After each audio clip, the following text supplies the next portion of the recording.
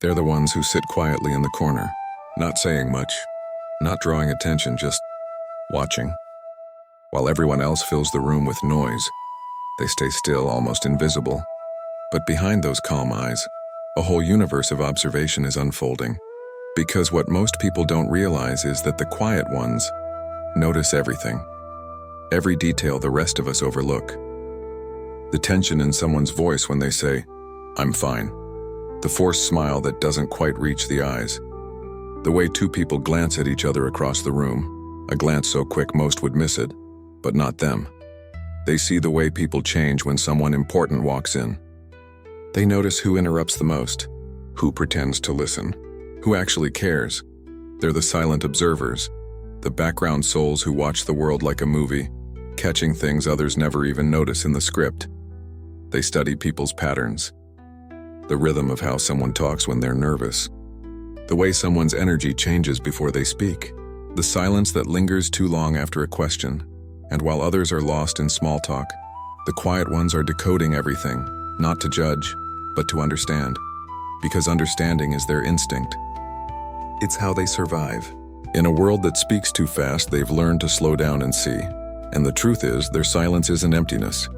It's awareness, a kind of awareness that feels like a sixth sense. They can walk into a room and feel the energy shift, like the air itself whispered a secret only they could hear.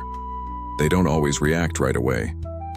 They process, they think, they wait, because they know words spoken too fast can't be taken back. But silence? Silence reveals more than words ever could, and that's their quiet superpower. When everyone else is busy trying to be heard, they're busy understanding. When others compete to speak first, they're the ones who see what's really going on. Because when you stop talking, you start seeing. And the ones who see the most are often the ones who say the least. Most people mistake silence for emptiness. They assume the quiet ones have nothing to say. But inside their mind, it's anything but quiet. It's a storm, a constant stream of thoughts, questions, and reflections, like waves crashing in slow motion. They replay conversations not out of anxiety, but out of curiosity. They analyze what was said, what wasn't, and what was truly meant in between. Their silence is not confusion, it's calculation. It's awareness in its most refined form. Because quiet people don't just listen to words, they listen to meaning, to energy, to what's behind the words. They pick up on tone, hesitation, eye movement, and even the rhythm of someone's breath when they lie. To them, people are open books, and you just have to know how to read the spaces between the lines. And while others rush to speak, the quiet ones sit back and see everything. They don't interrupt, not because they can't, but because they're gathering data, piecing together a map of human emotion in real time. It's a skill most don't even know they have. A kind of emotional radar. They can sense when something's wrong before anyone else notices. They can feel when a friend's "I'm okay" actually means "I'm falling apart." It's both a gift and a burden, because when you notice everything, you also feel everything. You absorb moods, you sense tension, you internalize energy that isn't even yours. That's why quiet people need space, not because they dislike others, but because they feel too much from being around them. Silence, for them, is not just peace, it's self-preservation. A reset button for the soul. In their quiet moments, they reflect on life, not out of loneliness, but out of depth. They think about the world, human behavior, the why behind everything people do. It's not that they don't want to speak. It's that they want their words to mean something when they do. They'd rather stay silent than say something shallow. They'd rather listen than compete for attention. Because they understand something most people don't. That silence is not a weakness. It's strength under control. It's intelligence that doesn't need to be proven, and it's empathy wrapped in stillness. There's a strange loneliness that comes with noticing everything, because the more you see, the harder it becomes to unsee. You start to pick up on details that others miss, the way someone's eyes flicker when they're lying, the forced laughter that hides sadness, the tension in a room that no one else seems to feel, and you begin to realize most people aren't as honest as they appear. Not because they're bad, but because they're scared. Scared of being judged. Scared of being misunderstood. Scared of being seen for who they truly are. And when you're someone who notices all of that, you start carrying other people's truths in silence. You hold their emotions, their unspoken pain, their quiet disappointments, like invisible weights no one else can see. It's exhausting, because while others can float through life, you're constantly decoding it.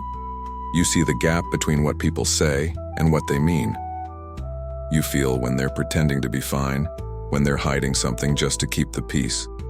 And sometimes, you envy those who don't notice so much. Those who can scroll, talk, laugh, without reading between the lines.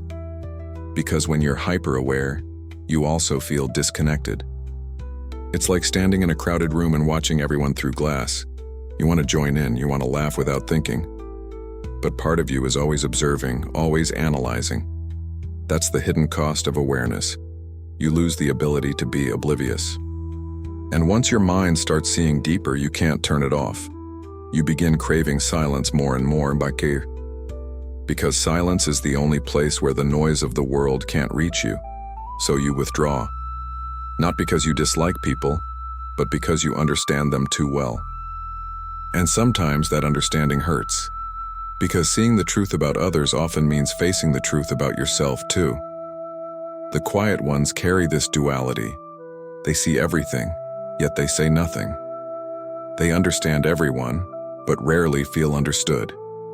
And that's why their silence isn't emptiness. It's full of thoughts, empathy, and the weight of everything they can't say out loud.